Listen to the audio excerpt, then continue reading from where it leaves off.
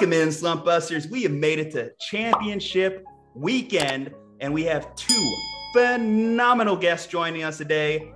Jordan Hines, representing his Cincinnati Bengals, Who Dey Nation. Jordan, how are you doing today, friend? I'm doing really good. I really appreciate, you all for having me. I'm still kind of surprised the Bengals are in this situation, but, excited to get talking about the Bengals and the Kansas City Chiefs. And representing Chiefs Kingdom in the red corner, Steve Willis. How are you doing today, Steve? I'm doing fantastic. Thanks for having me. And my heart has finally slowed down from last Sunday night's game, so I think I'm ready for another one. I think we're all ready for something, and we got two phenomenal quarterbacks in this matchup. So similar to last week, we had two young guns with Josh Allen and Patrick Mahomes going at it. This weekend, much of the same between Joe Burrow and the new Grim Reaper, Patrick Mahomes. And speaking on that, at the end of their Week 17 game, Joe Burrow and Patrick Mahomes were pretty confident that they were going to meet again in the postseason. My first question, Joe Burrow was sacked 9 times in that game against the Tennessee Titans. Jordan, first question to you. How are they going to do a better job protecting him? And if they can't, what does that game look like? Depending how the Bengals offensive line plays has a big impact, on the outcome of the game, obviously. If, Burrow gets sacked 9 times, like they did this past week against Tennessee, I think this game's over by halftime, unfortunately. But, this offensive line, honestly, just does not really make any sense because you look at the week prior, we were playing a very good Raiders, defensive line. Carl Nassib, have some of these other guys, Max Crosby as well. We gave up a few sacks, but aside from those sacks, our offensive line played pretty well. You look at our first meeting against Pittsburgh this season, we did not allow a single sack against Pittsburgh. I really don't know how this offensive line is so inconsistent. I feel like the best way to prevent some of these sacks are just screen passes and short, slants. Burrow passing to Jamar Chase like we've seen pretty much the whole season. So I feel like these short passes, bubble screens, and stuff like that, having Burrow throw the ball quickly to avoid pressure is pretty much our best chance to not getting sacked 9 times like it was this past week. And Steve, on the flip side, talking about the Chiefs, the thing that I found fascinating, and while we're talking about weaknesses for very, very good teams at the end of the season, was that Buffalo, even in loss, did end up out-possessing the Kansas City Chiefs by about a minute or so, and then overtime kind of flipped things a little bit. But ultimately, the Chiefs ended up outgaining Buffalo at the end of the game and dominating time of possession to keep Josh Allen off the field. So how important is it for the Chiefs to attack the weakened Bengals rushing defense as kind of a way to keep Joe Burrow off the field? Well, of course, that's going to be very important. It's pretty much the greatest asset of any playoff team is to have a great run game and a great defense. That's kind of the classic formula to win playoff games. And of course, with Jerick McKinnon now showing up in the playoffs and becoming a great asset for the Kansas City Chiefs running game, and now we have a healthy Clyde Edwards-Helaire, that's going to be a nice little change of pace. And not to mention catching the ball out of the backfield, being able to just keep the defense honest, keep them on their heels a little bit sometimes and not necessarily pin their ears back and go after Patrick Mahomes. However, if they do, they of course would be in for a great surprise because Patrick Mahomes is one of the best quarterbacks, if not the best quarterback against the blitz in the NFL. If you have seen here lately, teams do not blitz at all in this Buffalo game. Buffalo brought the blitz twice. In the previous game, they blitzed him 0 times. It is a great mistake to come after Patrick Mahomes with anything more than just 4 rushers. And even when you do, he's got 2 more outlets now.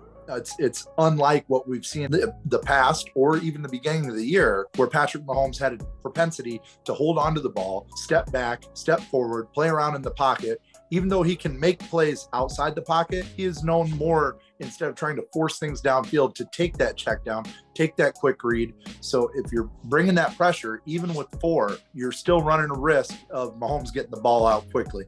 And the running game is just going to be an extension of that, because if you're trying to push through that offensive line fast with 4, you might miss a running back going right by you. Steve, I want to stick with the rushing game here. Last week, Jerick McKinnon outsnapped Clyde Edwards-Helaire 70 to 30%. This week, Darrell Williams is practicing. Do you think that the Chiefs have found a nice balance with rotating those guys? And in a way, do you think Jerick McKinnon is a better fit for this backfield? Well, when you look at it, first of all, answer the first part of your question, when you look at an Andy Reid offense, it's very common that he uses multiple backs out of the backfield for multiple things. And like he likes to refer to it as, it is a different flavor. when you get different running backs coming out of the backfield that can do different things. Clyde Edwards-Helaire and Jerick McKinnon are both more finesse guys. Darrell Williams is really the power guy. Gore coming out of the backfield is a phenomenal change of pace back as well. So you've actually got 4 in the stable that can do all kinds of things for you, just depending on what the offense needs right away. And sharing the load is definitely something that you want to do.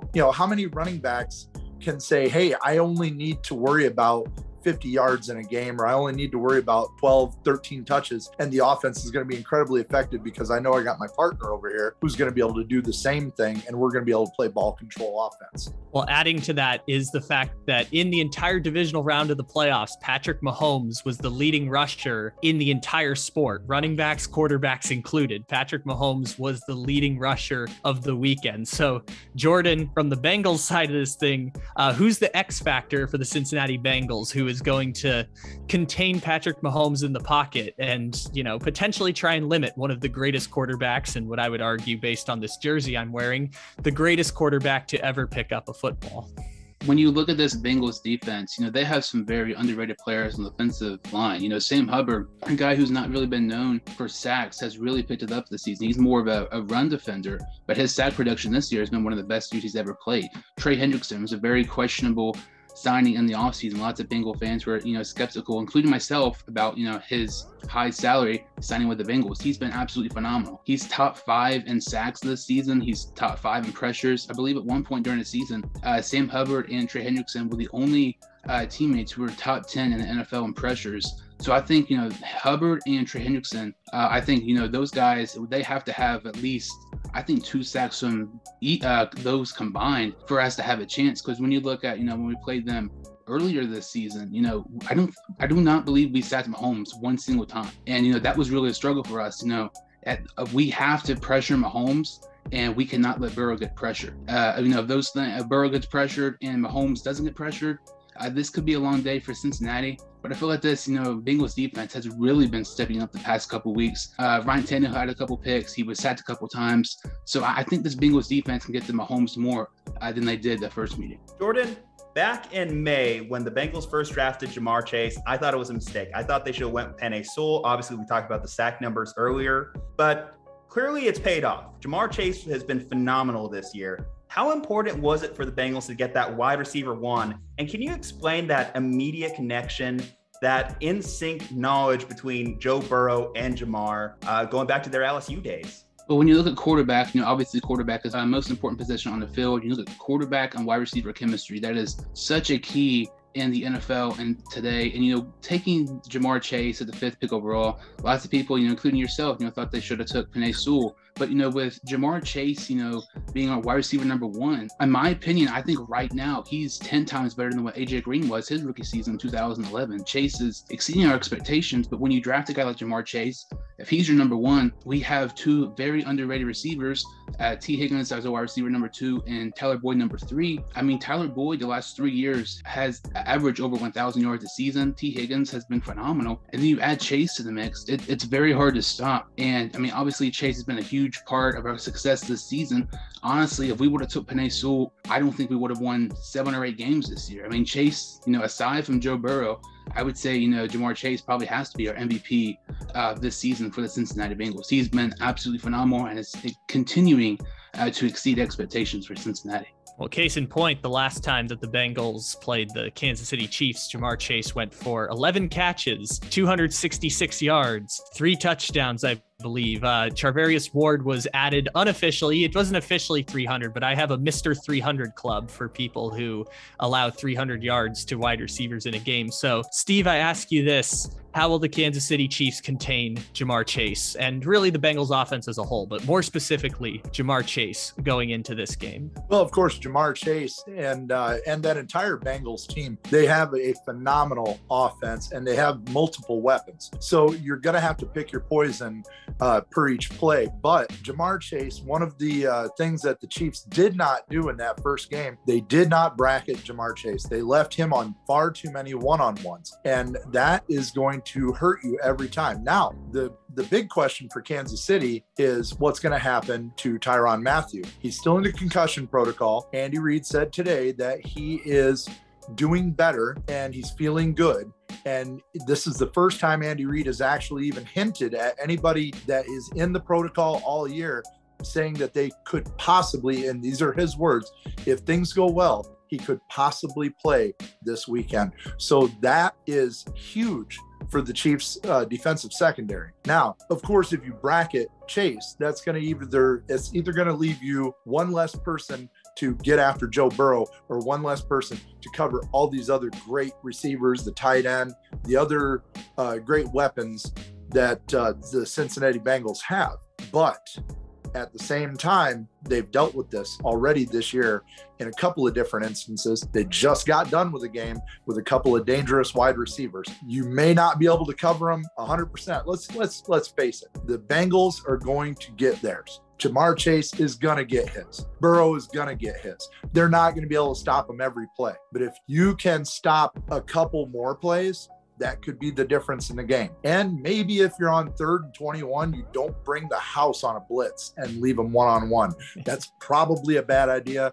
I'm pretty sure Steve Spagnuolo learned his lesson from that. If not, I'm sure Andy Reid taught him a lesson on that. So I'm sure now that they've come in and looked at the film and said, this is what, he did to us. This is what Burrow did throwing those passes. They will game plan for it. I'm sure a lot of it starts with getting an extra body high on Jamar Chase. The first time the Chiefs played Cincinnati, it was their first loss in 3 months. And they were up 31-17. In fact, they were up multiple scores to begin that game. How do they prevent getting complacent if they do jump out to a big lead against the offense that can come back on you so quickly? You mentioned they're going to get theirs, but if you do develop a lead, how do you keep that lead? Something that we like to say in Chiefs Kingdom is you have the regular season Chiefs and you have the playoff Chiefs. And the regular season Chiefs got caught in a lot of games where it just looked like they kind of mailed in the second half offensively, or they had a little lack of interest. Now, beginning of the season, you had a lot more of teams were running the too high safety and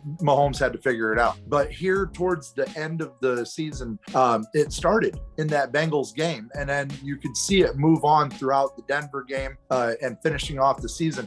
The Chiefs offense just kind of played lackluster. Why? It's hard to say, but a lot of people, including myself, think, look, when you pretty much have yourself locked in, you know that you're in the playoffs, you know you've won the division. And I know at that point they hadn't quite won the division, but they knew they were on the path. It's hard to really get up. Now, you're in the playoffs now. Things are different. The Chiefs have dropped 40 points on 2 playoff teams. Mind you, Pittsburgh's not as good as Buffalo, but they still dropped 40 plus on Buffalo, which was the #1 defense in the league going into the playoffs. I believe it's all going to be about the energy. Chiefs Kingdom is going to be rocking. It's going to be crazy at Arrowhead. Once again, we are hosting the AFC Championship game. May as well start calling it the Arrowhead Invitational. And it's going to be a different atmosphere. It's going to be a different element. And I don't think there's going to be anybody on that Chiefs sideline or either sideline that could possibly not have that energy coursing through them the entire game. Yes, it's going to be quite the classic over at Gia Field at Arrowhead Stadium, which I find funny that the names keep changing all the time. So, Jordan, you mentioned 40 points for the Chiefs in each of the last 2 playoff games. They've also scored 52 points in 3 quarters against the Texans in the playoffs. So for the Bengals offense, what is it going to look like offensively for the Bengals to win? What is Burrow's stats going to look like? How is Mixon going to perform? What is it going to look like for the Bengals offensively in order to get the win?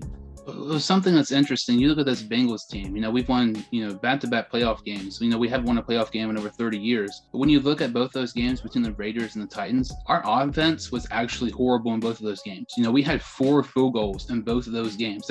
That's unheard of for a team, that has all of our weapons. We were really, we had to score tons of points against the Ravens and Chiefs, and we had really perfect games against Baltimore and Kansas City. And, when we beat those teams, Burrow threw for over 400 and 4 touchdowns in each of those games, turnover-free football by Burrow. And with this game being in Arrowhead, it's going to be, much more difficult than playing in your home field in Cincinnati. But we really, really have to have a perfect game. We cannot settle for field goals like we have the past couple of weeks.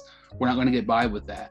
In my opinion, Burrow has to throw for at least 350 for us to win, probably 3 touchdowns. But I don't know. It's very interesting. I feel like the Bengals can compete with the Chiefs, with having more points, but they just cannot settle for field goals like they had the past couple of weeks. They have to be aggressive like Taylor has been in the regular season. They have to be really, really aggressive this game. And Zach Taylor honestly has to coach the game of his life this week, which I think he is capable of for Cincinnati to beat Kansas City. Gentlemen, it is officially time for predictions. So I'm going to kick it off first by throwing it to Jordan Hines. Jordan, is it going to be Stride Pipe Sunday when the Bengals enter Arrowhead?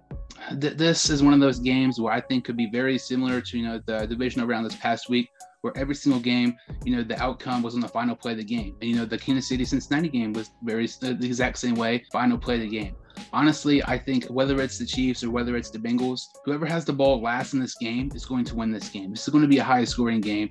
I'm going to take Cincinnati 37-34. Those ones, if you just get one stop by Kansas City, that is so crucial because, it's very hard to stop a team, led by Patrick Mahomes. And this Bengals team, I think they can deliver on defense. Chidobe Awuzie, our corner, who's been phenomenal this season, had the worst game of his career this past week, but we still were able to win. We held Derrick Henry just 3 rushing yards per attempt this past week. Everybody thought Derrick Henry was going to be phenomenal. But, I think our offense, the fact that our offense hasn't even been playing good and we still beat 2 pretty decent playoff teams, it's very hopeful for Cincinnati that our offense can put up points. It should be a great game. I wouldn't be surprised if the Bengals lost. I wouldn't be surprised if Kansas City lost. It's going to be a great game. I just want to see a great football game like we have, this past weekend. My esteemed co-host, you've doubted the Bengals. You said they were not a playoff team, but yet they're here. Will they pull the upset of their lives? Yes, I did say that the Cincinnati Bengals, as early as December, were not a playoff team. And I regret it in hindsight.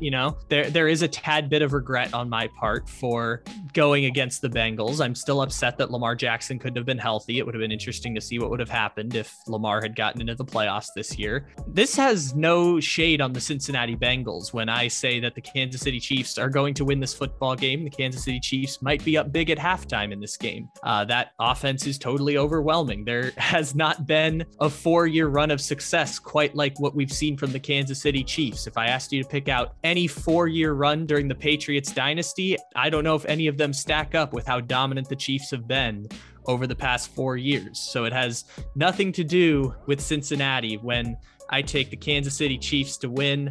I don't usually do predictions in the playoffs for scores, but let's have some fun with this. We'll call it a scoregami, a 45-36 win for the Kansas City Chiefs. It will be the first ever 45-36 score in the history of the NFL, and the Kansas City Chiefs will win. I believe the line is -7 for Kansas City, which feels about right. I feel like that's a good place to put it if you're trying to get equal bets on both sides, because I feel like that similarly to the Buffalo game where the Chiefs were up like 23-21 with 4 minutes to go, it feels like it'll be kind of that close. If the Bengals get a stop, maybe Joe Burrow gets one chance to go down the field. If not, Kansas City ends up winning the game. But I also see a scenario where the Chiefs jump out early. Burrow has to throw the ball 60 times in the game, and Kansas City wins rather handily. And this would be an easier type of victory for them. And that's just because the Kansas City Chiefs offense is entirely overwhelming. So I will take Kansas City to win and advance to a 3rd consecutive Super Bowl. No shade from Kyle Ledbetter. Steve, what about from you? Well, first of all, it's a little cold in the Midwest, so we're going to just handle that because obviously you guys got a lot more on top than what I do. So here we're just going to do this right here. And we're going to say this AFC Championship game, just like the last 2, is going to get taken over by the Reaper, the one and only Showtime, Patrick Mahomes. That offense is going to come out on fire. The Cincinnati Bengals have not played at Arrowhead with Joe Burrow. Joe Burrow talked back in October about how no field is quite like the SEC and how loud it is. The loudest it's ever gotten in his home stadium in Louisiana is 130 decibels. 142, son. 142 is the record at GEHA Field at Arrowhead Stadium. And believe me, all of Chiefs Kingdom all week has taken it personal. It is going to be loud. It's going to be crazy. It's going to be wild. And the Bengals, I expect at least 1 or 2 false starts or pre-snap penalties, thanks just to that crowd alone. Now, the Chiefs offense, they're going to get out to a hot start. They're mad. they're mad that anybody is even considering the Bengals are going to come in there and win this. And even Vegas says 7 points. I don't think it's going to be that close. I think Joe Burrow is going to be running for his life. Yeah, he ran up against one of the better sacking defensive lines last week, but he didn't go up against Frank Clark, Melvin Ingram, and Sack Nation, Chris Jones, right up the middle. That is going to be something that's going to be really hard to deal with, especially when you've got to change plays at the line and only half the offensive line heard what you said. So it's going to be a tough row to hoe for their defense. I think the Chiefs win. They win big. I'm looking at 38-27. This is going to be a great game, but it's definitely going to be a Chiefs win. And we're going to be seeing the Chiefs in a third straight Super Bowl. All right. I guess it falls on me. Is it either going to be a split or it's going to be a runaway for the Kansas City Chiefs? We got Joey Franchise versus the Grim Reaper, Patrick Mahomes. Where am I going to go with this one?